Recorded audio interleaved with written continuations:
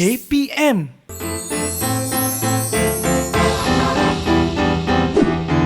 Assalamualaikum dan salam sejahtera. Apa khabar semua?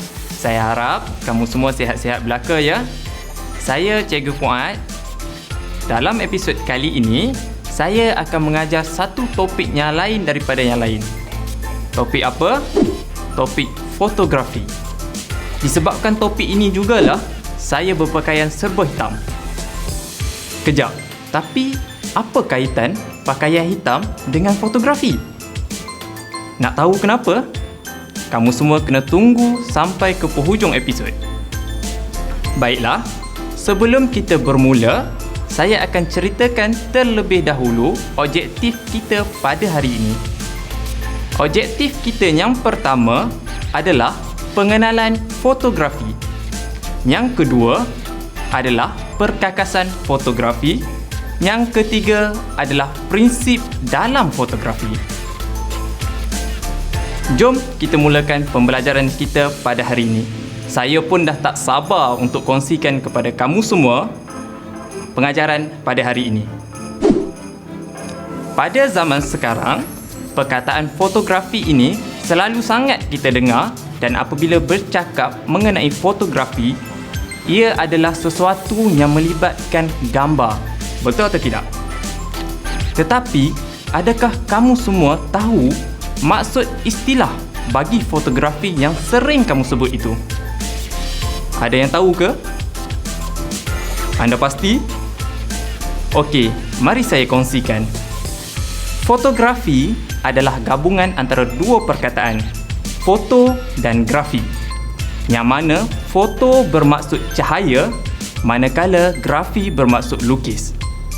Jadi hasil gabungan kedua-dua perkataan ini, maka wujudlah perkataan fotografi yang dari istilahnya bermaksud melukis dengan menggunakan cahaya, atau dalam istilah dan bahasa globalnya adalah drawing with light.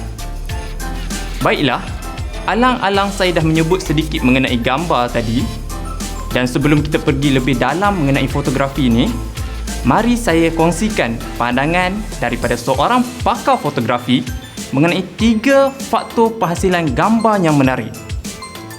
Yang pertama adalah kamera dan peralatan tambahan. Kedua adalah cahaya. Dan yang ketiga adalah bakat seseorang itu sendiri. Bercakap mengenai fotografi, pasti kita akan mengaitkan mengenai kamera juga. Okey, mari kita lihat beberapa jenis kamera yang ada di luar sana. Mungkin ada yang di antara kamu yang memiliki salah satu kamera yang saya akan tunjukkan ini. Atau mungkin ada yang menyimpan impian untuk memilikinya satu hari nanti. Jom kita lihat jenis-jenis kamera yang ada. Yang pertama adalah jenis compact zoom. Yang kedua adalah zoom lens reflex.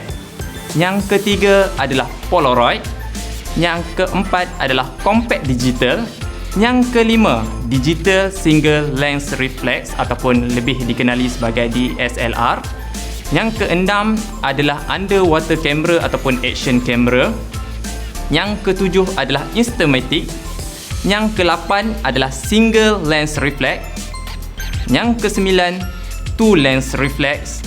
Yang ke-10, medium format camera.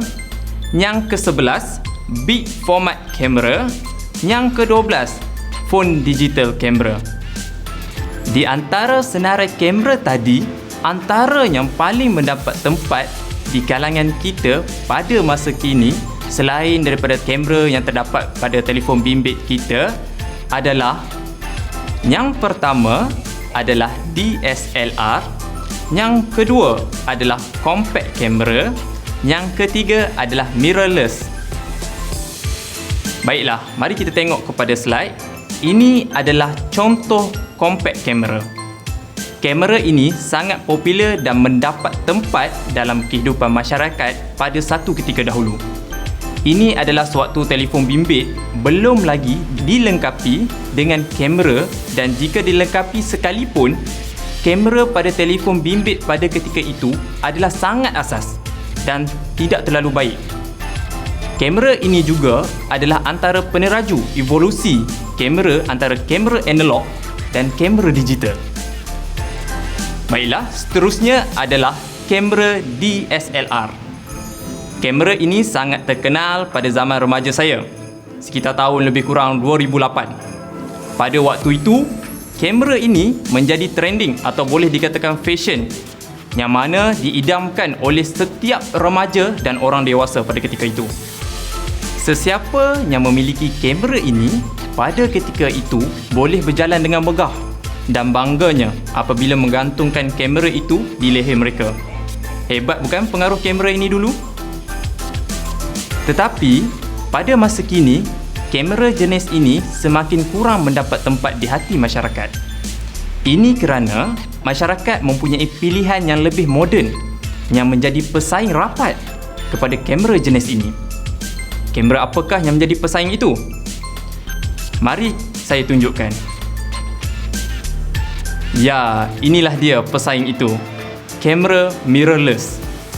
Kamera yang jika dibandingkan dengan DSLR, ia lebih kecil, ringan dan lebih mesra pengguna, terutamanya bagi pengguna yang tahu hanya asas fotografi.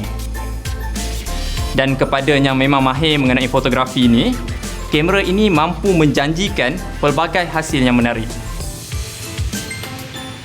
Ia bukan sahaja menjadi pilihan fotografer ataupun juru kamera, malahan turut menjadi pilihan videografer atau pembuat video kerana kemampuannya dalam penghasilan gambar dan video yang menarik.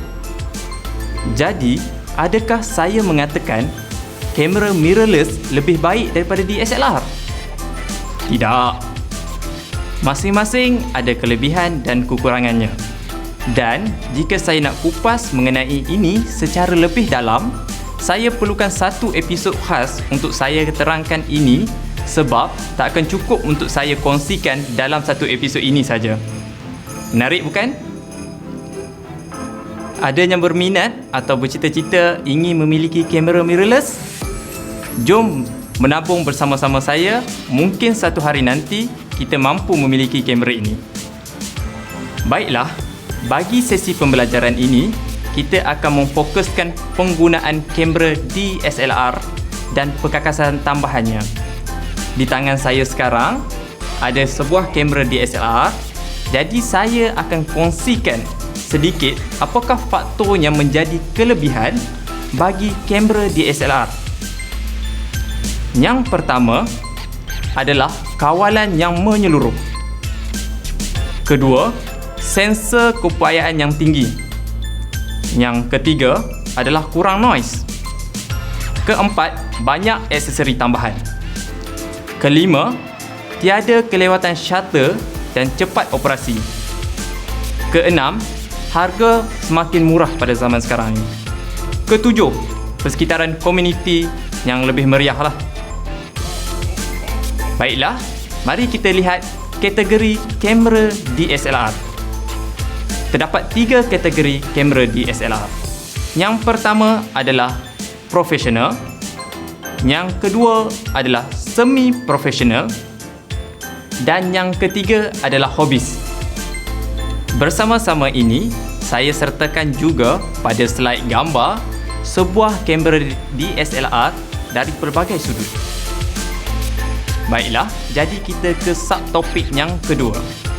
Baik, pada awal-awal tadi, saya ada sebut mengenai aksesori tambahan bagi sesebuah kamera kan? Fungsi aksesori adalah bagi menambah kemampuan sesebuah kamera. Dan kadang-kadang sesebuah aksesori itu perlu atau wajib bagi memastikan hasil gambar yang diambil adalah lebih baik dan menarik. Oleh itu, mari saya tunjukkan beberapa aksesori tambahan bagi sesebuah kamera DSLR. Yang pertama adalah speed light. Setiap kamera DSLR akan menyediakan ruangan khas untuk meletakkan speed light ini. Speed light berfungsi memberi cahaya tambahan kepada juru kamera jika diperlukan. Ya, saya tahu ramai yang tertanya-tanya. Kamera DSLR itu sendiri sudah mempunyai flash yang dipasang bersama kamera sebagai bantuan cahaya jika diperlukan. Jadi, mengapa masih memerlukan speedlight?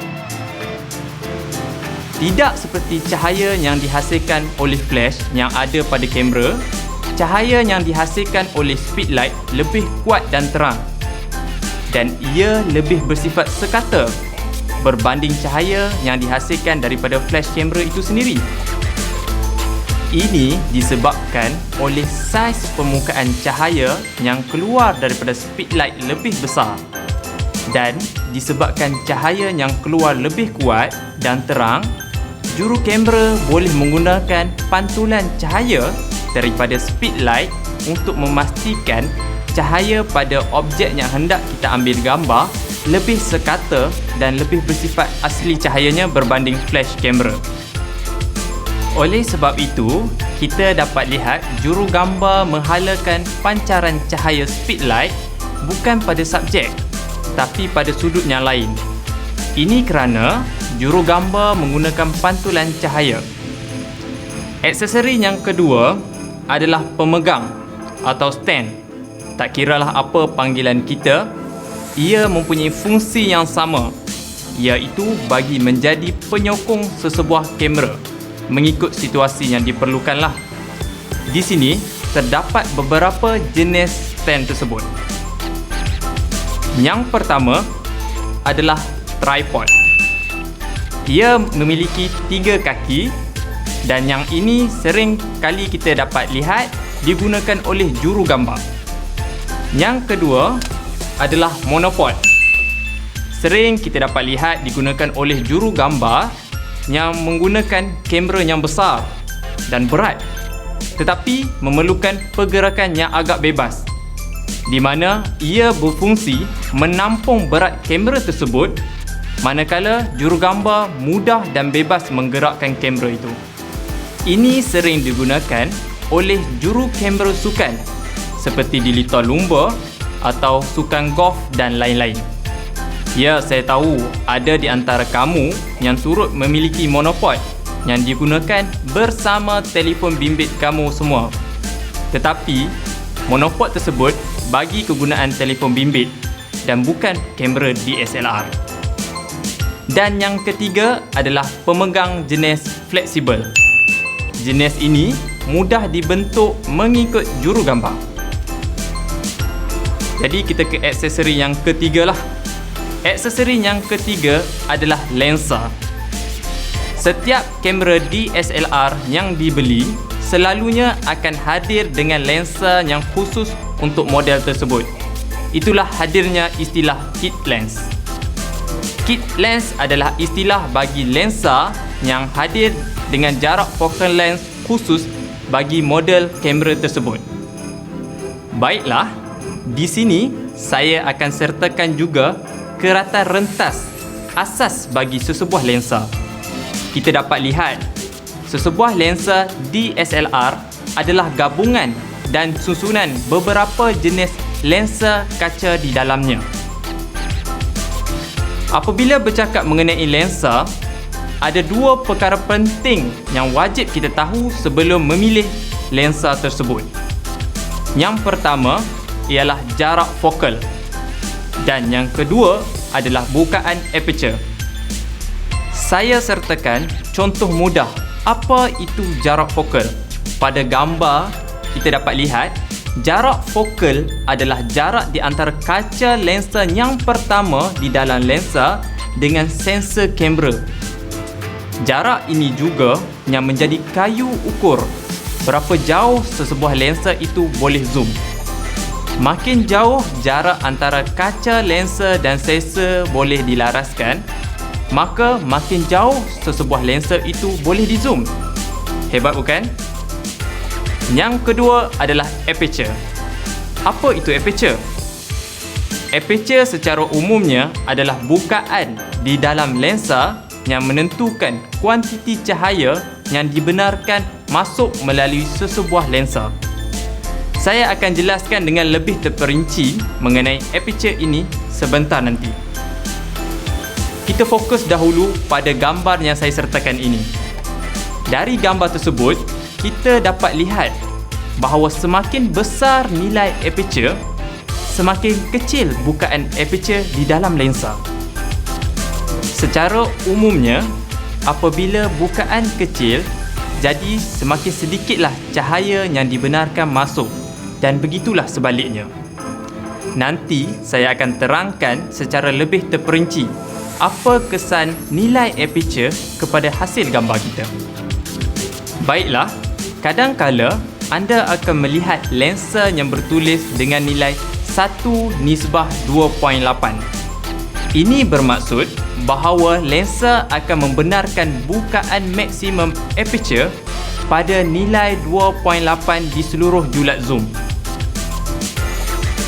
Tetapi apabila terdapat hyphen seperti 18 hingga 55 mm, 1:3.5 sehingga 5.6 yang tertulis, ini bermaksud semakin banyak anda mengzoom, semakin sempit bukaan aperture tersebut.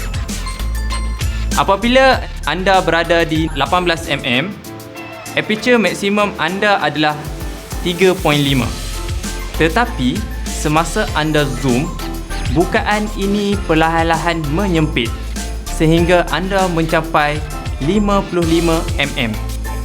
Pada ketika itu, lensa hanya akan membenarkan bukaan aperture sebanyak 5.6. Terdapat beberapa kategori lensa. Yang pertama adalah ultra wide angle lens. Yang kedua adalah standard lens. Yang ketiga adalah zoom lens. Dan yang keempat adalah micro lens. Saya sertakan gambar bagi menunjukkan kategori lensa dan jarak fokalnya. Dari gambar, kita dapat lihat jarak fokal 80 mm dan ke atas adalah kategori lensa telefoto ataupun zoom. Manakala 35 hingga 50 mm adalah lensa standard. 24 hingga 35 mm adalah lensa wide. Manakala 14 hingga 21 mm adalah lensa ultra wide. Dan yang akhir sekali, 8 hingga 14 mm adalah lensa fisheye. Mari kita kenali satu persatu secara lebih dalam setiap lensa. Baik, kita mulakan dengan lensa wide. Selalunya lensa wide hadir dengan nilai jarak fokal yang rendah, seperti 10 mm, 11 mm dan 12 mm. Dan lebih kecil angka jarak fokal, maka lebih besarlah sudut bukaan gambar yang boleh diambil.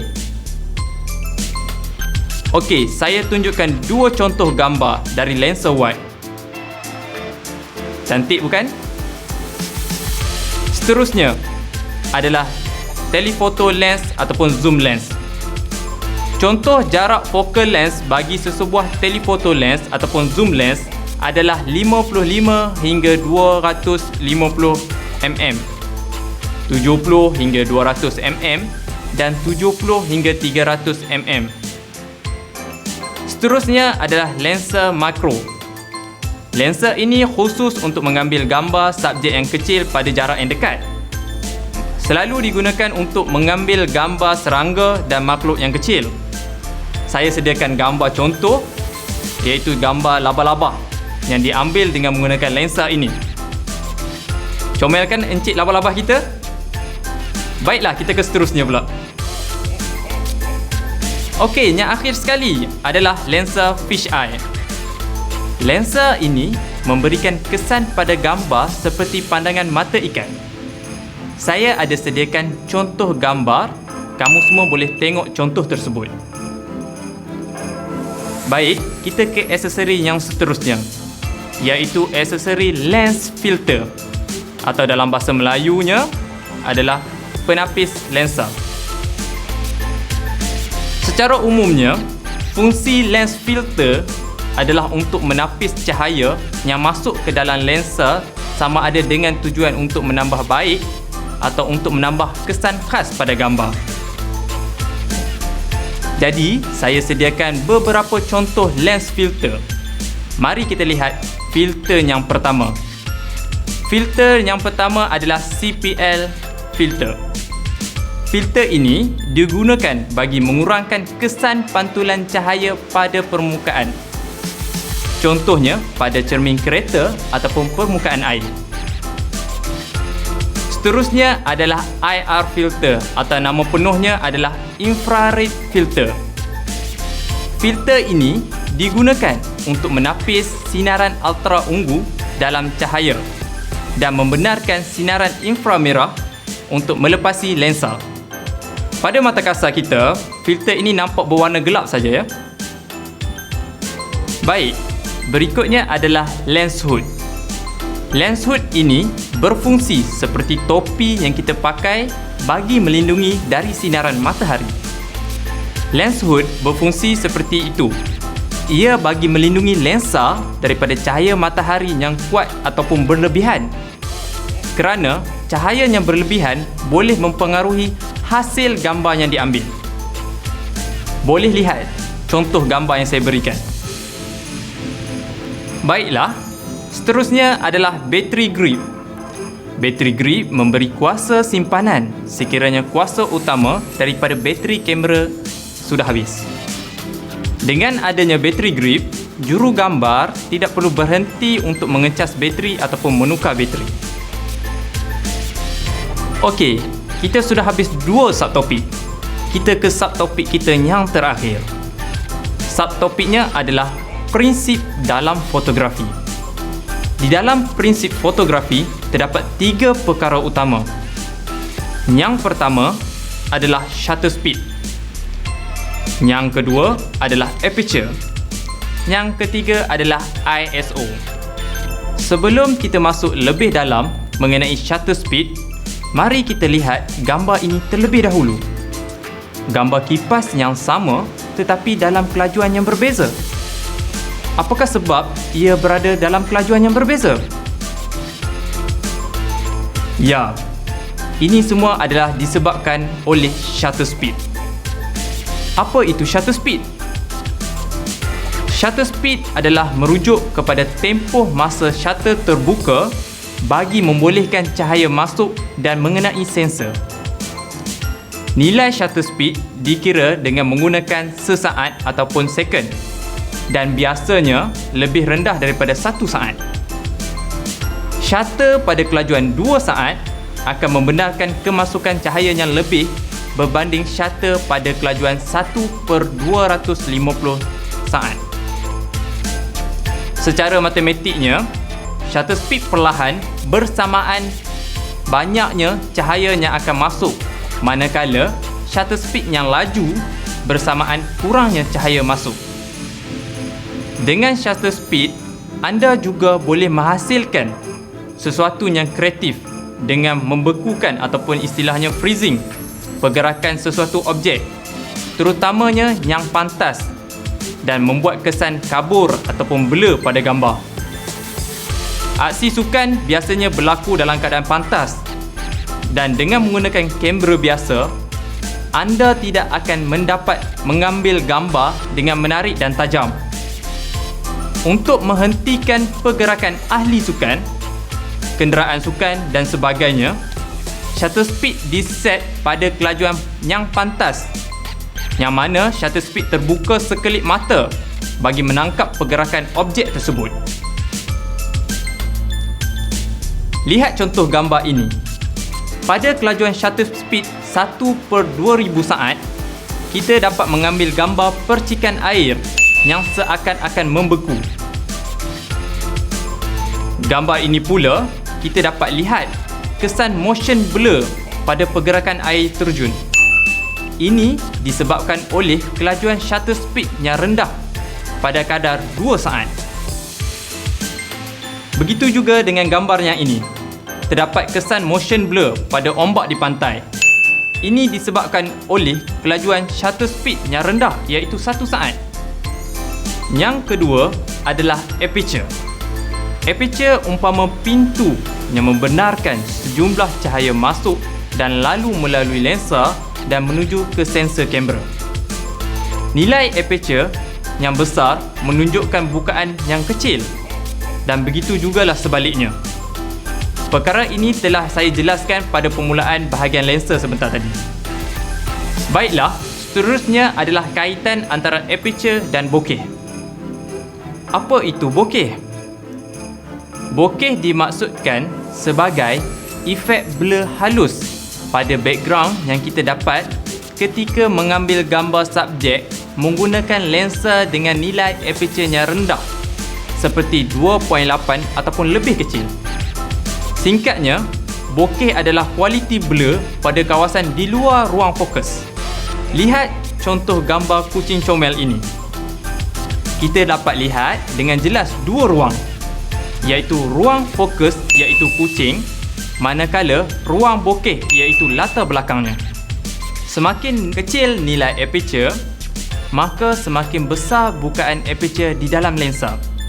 Oleh itu, semakin banyak kuantiti cahaya yang boleh masuk dan semakin banyak jugalah kesan blur yang terhasil pada ruang di luar tempat fokus. Kita boleh lihat satu lagi contoh gambar yang saya sediakan ini. Gambar hubungan antara aperture dan bokeh.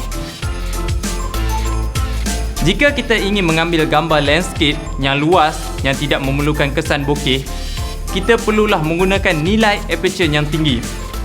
Seperti contoh gambar yang saya beri ini.